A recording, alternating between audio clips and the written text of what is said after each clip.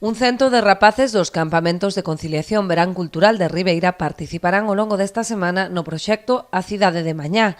Trátase dunha novidosa iniciativa xurdida a proposta de Post Arquitectos, que busca implicar os rapaces no deseño dunha cidade adaptada ás necesidades dos seus habitantes.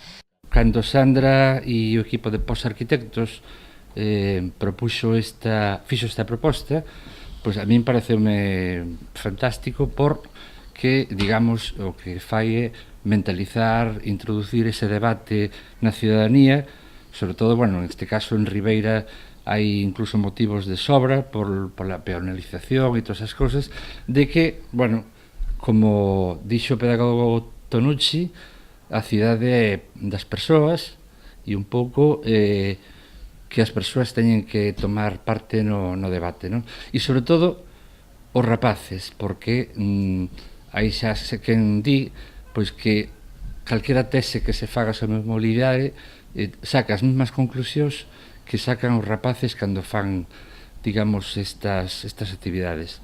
Tras unha primeira toma de contacto na que os nenos expuxeron a súa visión da cidade, a partir de mañá invadirán varios espazos urbanos. Mañá invadiremos algún espacio de Ribeira, ainda non temos moi claro cal, con un elemento bidimensional.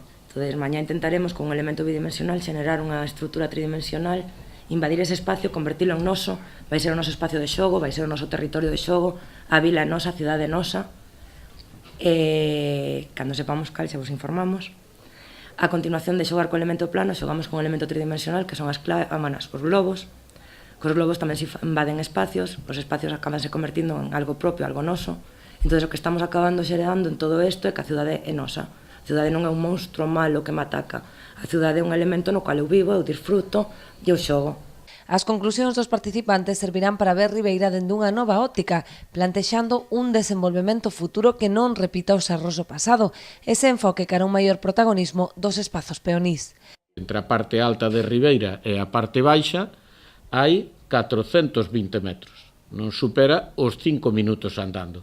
Pero é que se miramos o centro da cidade hacia un lado ou hacia outro, estamos falando un máximo de 500 metros hacia un lado e 1 kilómetro hacia outro. Polo tanto, as desventaxas que ten con respecto a estas ciudades son moitos menores. E, sin embargo, os atrancos que se queren poñer a ese cambio de cidade, o cambio de mobilidade, o cambio de accesibilidade, o cambio de preferencias na propia ciudad, resulta que é moito maior aquí que en outros lugares donde non teñen os servicios nin as posibilidades que teñen en Ribeira, non? Concluído o Obradoiro, editarase un libro cunha tirada de 1000 exemplares que serán empregados como unidade didáctica nos centros educativos. Este Obradoiro xa se levou a cabo noutros concellos galegos como Rianxo ou Verín con moi bons resultados.